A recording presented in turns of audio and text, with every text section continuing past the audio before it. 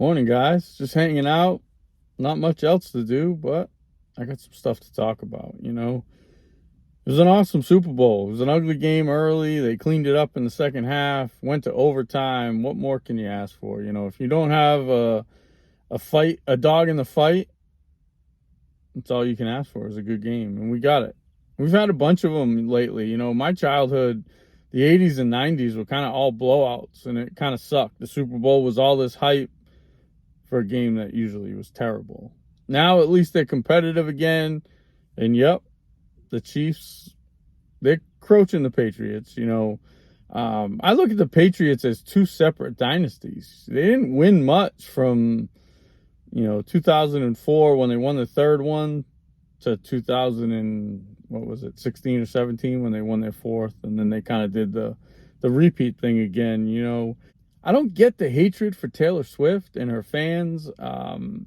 Yeah, late in the game, late in the season, you show up to Foxborough wearing Chiefs gear, you're going to get it. And it's the responsibility of the parent to tell his daughter, I'll take you to the game, and I know you want to see Taylor Swift, but if you're wearing Chiefs gear, you're probably going to hear it from some drunks by the end of the game. And that's fine, right? The problem with society right now is nobody hears it. And when they do, they fucking clam up and they get into a shell and I can't believe he said that to me.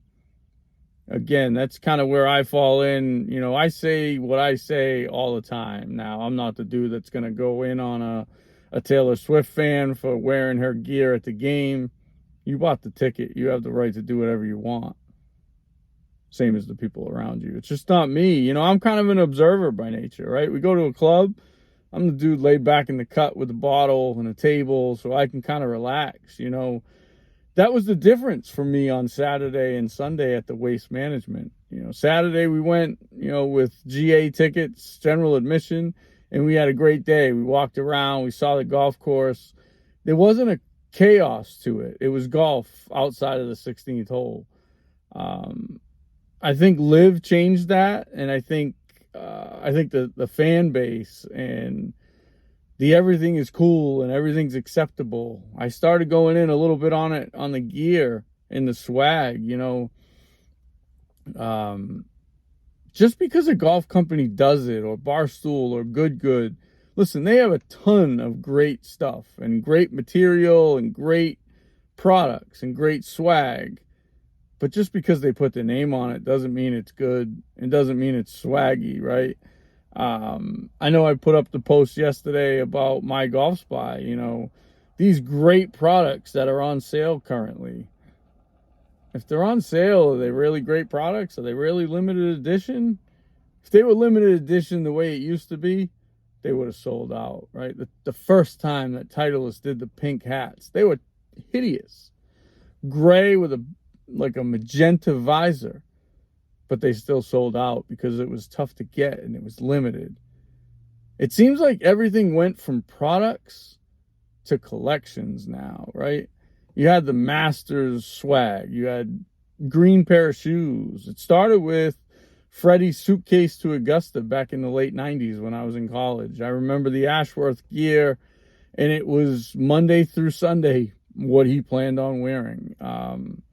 And you could buy it, and it was cool, and it was that one time. And then they went in, all right, we're going to create a whole collection just geared around Augusta, and there's only so many ways you can make Green Bay green and yellow cool.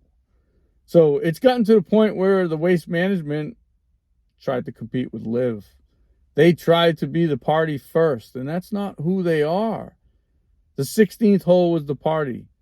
The rest was golf. You had to deal with it one shot. It was cool. The players were okay with it. Now it's starting to get outside the 16th hole because they've gotten so big, people can't fit into those bleachers. It's gotten out of control. Now you've seen this player starting to clap back, and I don't hate him for it. I'm usually not a Billy Horschel fan. I feel like he's kind of a whiner, but he's right. Guy that he was chirping at didn't go at his backswing. Went at somebody else's backswing. And then somebody got Jordan Spieth, and it was around the same area. It wouldn't surprise me if it was the same guy. But how do you rein it in, right? They paid good money for that ticket. That's the difference between golf and football. You chirp when you want to chirp. You don't chirp when you want to chirp. Golf had that a little bit of buttoned up. And now, do I think the players need to be a little bit thicker skinned? Yep. But do I think the crowd needs to realize they're not at a live event? Yep. But back to the Super Bowl, right? And the hatred on Taylor Swift and her fans. I just don't get it. So what if they're only looking for Taylor Swift? Who cares if they're cheering for the Chiefs because of Travis Kelce? It gets them watching. It gets them doing things that they wouldn't have done. It gets them out of their comfort zone, and it brings new eyes, new audience to the NFL. And I think if the PGA Tour would kind of, buy into live a little bit, stop with the constant back and forth and we have to be compensated for the guys that left. No, you don't.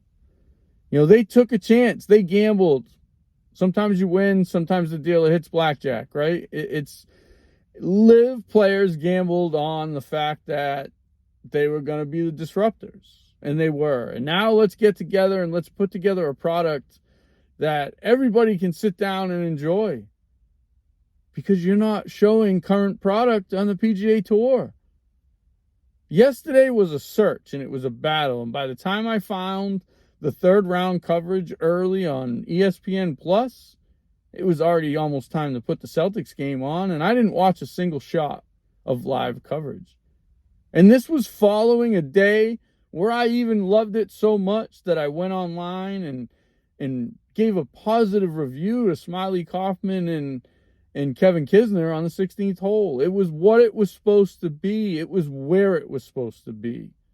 That one hole where it was chaos. And Kis leaned into it a little bit. He was doing the boos by the end. And Smiley was kind of there to pull him back. And I think Smiley had the producers in his ear saying, hey, he's getting close to that line. Because you could hear him fighting back the laughter to some of those comments. And that's okay, right? You need that guy that reins you in.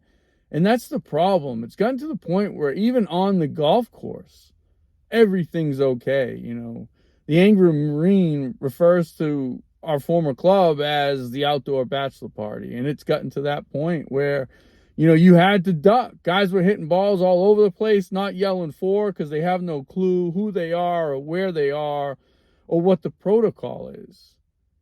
You would never go sit courtside at an NBA game, act like a complete asshole, and expect not to be escorted out of the building, right? You see Westbrook getting into it with guys all the time. Yeah, it's disrespectful to call him Westbrook. And yep, I can take my shot here on the podcast, but if I was sitting courtside, I wouldn't do it. It's not worth it. It's not worth the aggravation to spend a lot of money for those tickets. Why take a chance to get kicked out? Let's talk about live a little bit, right? Let's talk about me as the consumer. I'm bedridden right now. It sucks. And one of the frustrating things this morning was calling my doctor, and I had to call there 17 times, and I still haven't spoken to anybody. I got my rheumatologist appointment March 11th. Well, with the weather coming this next couple days, I thought for sure there might be potential for a cancellation. But getting anybody on the phone to put me on the list is impossible, and it's frustrating. It got to that point a little bit where I started hearing that at my former employer, and there's nothing more frustrating than the phone not being answered. As a consumer, as a wholesaler, as a boss, it's infuriating when the phone rings and rings and rings. It's a simple pick up the phone and say, please hold. No problem. At least I'm acknowledged. When the phone rings and rings and rings, and then you call a direct line and you don't get any voicemail, it's frustrating. So, what do I have to do? Sit around and watch TV. When I wake up at 8 o'clock, I go on my coffee run. I gotta go for my drive. I wanted to get home yesterday, and I wanted to sit down and watch third round coverage of the Waste Management. Couldn't find it. So what did I do instead? I put on Live. And when I put on Live, I found Peter Uline at the top of the leaderboard. Talk about frustrating for me, right? I wanted to pull for him. He's a member at the club that I used to fit at. I've had plenty of fitting conversations with him and just general catch-up questions about mutual friends and And people we know, Peter grew up in my hometown, so we have a lot of kids that he grew up playing golf with that he would ask for updates on, and I would give it to him. So when I tune in and I see him in the lead, sure as hell I want to cheer for him to win. But then I realized his team, the Range Goats, who's led by one of my least favorite guys on tour, Bubba Watson, had the lead by one shot. So I'm torn. I got a personal dilemma. Do I cheer for my guy to get the W, which will also probably in turn cause Bubba to get a W? I was neutral. I kind of let it go, and when the other team came in, I kind of started cheering a little bit, and then I'm like, all right, now Peter, you can make a couple birdies. It sucked having that dual pull at my heartstrings. I was bummed when Peter got traded. I liked his team. And I think Dustin Johnson's answer later in the day, yeah, I didn't really want to trade him, but I think they were getting, again, the leadership saying, hey, we got to shake things up a little bit. Let's make a trade. Let's create some buzz. And it's all because they're trying to compete with each other. Live won. It's that simple. PGA Tour signed the deal with the Saudis, or about to sign the deal with the Saudis. They got outside money to come in. They started rearranging events to make them be similar to live events, elevated events with no cuts, things like that. I hope when they get together, Live really leans into the team aspect of things, and the PGA Tour kind of lets guys go back and forth. I think what the writing on the wall was they were going to steal market share from the DP Tour, and that's what the PGA Tour was trying to protect. I think there's ways to do the DP Tour be a little bit more exciting in America, and I sure as hell think Barstool proved there's better ways to cover the Korn Ferry Tour. I thought that was a great event. Now, was it a little goofy? Did it have a little bit of waste management involved? Yep. But that's where Live kind of opened the door to that. And we have to find, as a golf community, where that happy medium is and where that ends. Unfortunately, it got a little crazy yesterday at Waste Management. And that happens, obviously the extended period of time. The first tee time was 7 a.m. where it would usually be 10 or 11. So that 3 or 4 extra hours of boozing, I think, caught Waste Management by surprise. Add in the fact that they didn't have room or corridors to get crowds in and out, whereas on a normal day, there's kind of a flow to it, right? People get in early, and then you get the guys like us last year or 2 years ago that kind of found our way into the event, found our way into the place. But yeah, Live is a in-person spectator event. I've said that all along. It's not going to get you TV coverage. But when they're in Vegas for the Super Bowl, they're going to have a crowd. And they did around the 18th green. You saw it. One thing I think the TV coverage for Live loses is the crowd, right? The music kind of drowns it out. And when you're watching TV, it almost seems like a COVID experience. And we're back to watching stuff with no crowds. But then when they zoom in on 18, you see the crowd behind the green. And there was plenty of people there. There was that pressure. I would have liked to see DJ and Peter Uihlein in the same group, battling it out or playing the same holes. I haven't checked the leaderboard. I didn't watch close enough to see where they were paired or how far away DJ was. But that's something I think they need to change. Maybe go shotgun starts Friday, Saturday, and then go with the leaders on Sunday. Maybe that's the other thing. Have the individual championship end on Saturday, and then Sunday is just the final 2 teams playing a match play event. I think that gets worked out, and I think the viewer has to voice their opinion. That's one thing I don't know that enough people are talking about Live to get an honest, interaction or opinion on what the people are thinking. So, but again, you guys look at me. I am the consumer. I'm 47-year-old male who grew up in Gen X, and gear was a thing. We didn't have YouTube. We didn't have replay. We didn't have all these things to go back and rewatch shit. You paid attention to detail while you watched it. And if somebody was wearing a dope outfit, you commented on it and you did your best to find it. So there was nothing better than a limited score, right? Is there anything better right now than going to a sneaker shop and finding a pair of 11 Concords for a decent price in your size? No. Is there anything better than finding a Circle T on eBay from a guy like me who's just kind of trying to clear out the collection, right? I'm not taking advantage of anybody. I'm not overcharging for my putters. I'm just charging what I think they're worth, you know, 15, 1800 bucks. I see the same putters online for 25 to 4500 and I'm just like, it's not worth it. It's not worth the hassle of waiting to sell it. Let's get it into somebody's hands that's going to use it, you know. And that's where I think we've lost the mark. The limited edition stuff is just kind of, everything's become so generic, you know, the rope hats and the ugly hoodies and quarter zips and Hawaiian shirts that they're putting out, because Gen Z just kind of wants to retread all the ugly trends that happened when I was in high school and college. You know, I've always been the dude who kind of picked out the best parts of those trends and kind of chirped and made fun of the guys that went too far. You know, there's a thing about buying something that you like, and then there's a completely different thing of buying something that causes you just to fit in. And that's where the TikTok market and the duets and doing this and sampling that and copying cat and everything is just getting out of control. Have some originality. You know, the guys that do it and do it up, they're the guys that are getting the hype. You know, Malbon Golf is different. They're not afraid to be outside the box. Grayson, a few years ago when they came out, were different. I feel like a company like FootJoy that kind of treaded that line, right? They balanced it. Let's stay traditional, but we want to be trendy.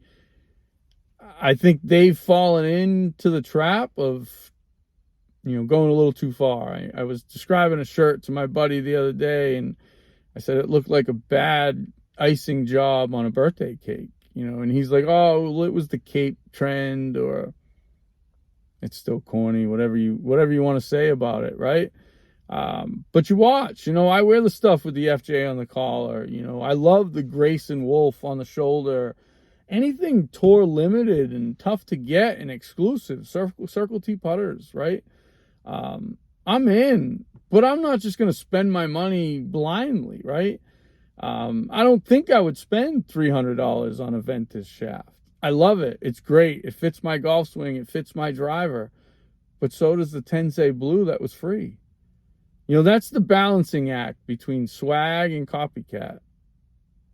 You know, I'm not a big fan of copycat. If it works for you and you like it, do you. But don't do it because your boys do it. You know, I go through my closet and I start looking at all the gear that I've accumulated through the years. And yep, there's some stuff that had that balance act, right? You know, some pants that I had that were plaid, that were loud, that, you know, you get the one time a year that you rock them. It's not a Saturday afternoon at the country club. It's that one big tournament. You know, I talk about the Grayson shirt that I bought a couple years ago at Caddyshack 2. It was dope. It was white with a black collar and black logos all over it with a pink ship and club logo.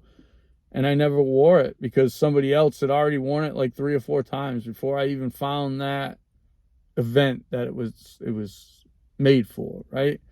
A normal Saturday and Sunday afternoon for me is maybe some loud shorts, like prints or whatever, and a solid shirt. White shoes, maybe white with a little bit of color pop, right? Things have just gotten so ugly. You know, guys are wearing Jordans that have gray, neon green, and purple in it, and then wearing a navy blue shirt with khakis. It just doesn't match, you know, but they're doing it just to fit in. So that's where I think the waste management finally shed a light on what's going on in golf. And call me a complainer all you want. Like I said, I was on here Saturday hyping Smiley and Kiz. I thought it was great. I thought it was entertaining. I thought it would have been fun for them to be there Sunday morning while the guys finished their 3rd round. No, you don't want to hear that shit during the 4th round. That's competitive golf. That's line it up, put head-to-head final group, the pressure's on, right? Unfortunately, they weren't able to repair, so Scotty was a couple holes ahead of the leaders, but they were still close enough, and you could still hear the roars from where they were, right? That's one of the things that you notice when you go to Augusta. One of my things that stick out to me the most is the roars. You know, when you're down on 16 and you hear somebody birdie 18, or vice versa, when you're up the hill on 9 or 18 and somebody does something down on 16, you hear it and you know what's going on, and then you check the board. I think we've gotten too much satisfaction now, and I think we've gotten there with the golf swing. I think everybody's chasing that perfect golf swing, and I posted up on Thursday or Friday when the dude shot 57, right? There is no perfect golf swing. It's what works for you to get the club square from here to here. If you can do that, you can play golf.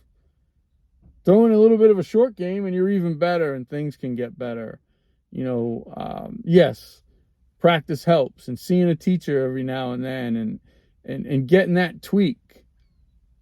We're not good enough, we're not athletic enough, and we don't have the time to revamp a golf swing. I'm never going to be standard to upright. I'm always going to be flat. Yes, I can do some things, getting the club out away from me and getting some width and staying connected with my golf swing.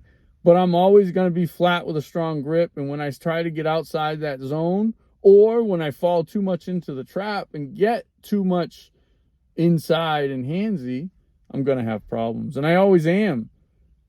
But it doesn't take a lesson. It doesn't take 5 lessons. It doesn't take a season for me to make those changes. It takes me to hit a few wedges and just feel that takeaway. And once I start, then you grow and you expand the swing. I think too many guys are promising, and too many teachers are promising, come to see me, we'll change your golf swing and make you a better golfer. And then when it doesn't happen, guys get discouraged. So, yeah, I think this weekend was a perfect example of golf needing to rein it in a little bit, right? We need to figure out, how do we get that extra coverage on Saturday morning or Sunday morning after a rain delay on TV? You know, nobody wanted to see a replay of Kiz and Smiley from Saturday night. We wanted to see it again Sunday morning. And we had to go searching to do it. And if we wanted to watch it, we had to watch it on a commercial app where we couldn't change the channel.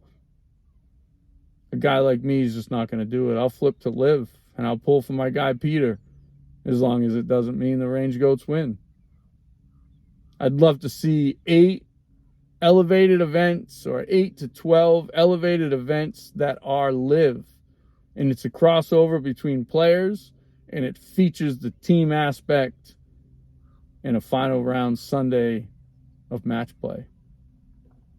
They figured it out in the NCAA championships. I think they can figure it out and live. And if they do, I think it'll be better for everybody involved, including the PGA Tour.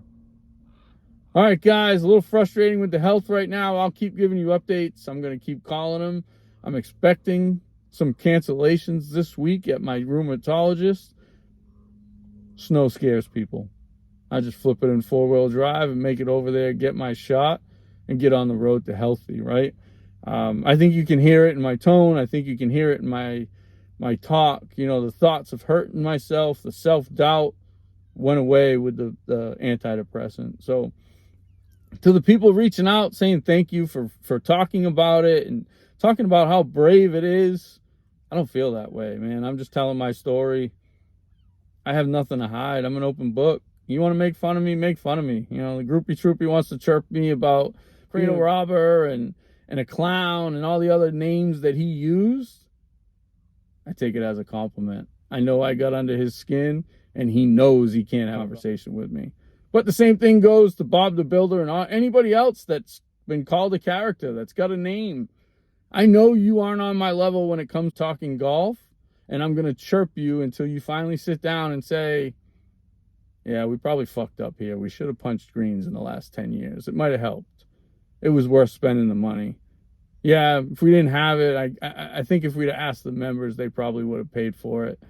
You know, it's my DMs are filled with guys that have been playing there since the 80s and remember how good that place was. We're not asking for Augusta. We're just asking to be better than the local public tracks. That's all. Back to golf with a little bit of football.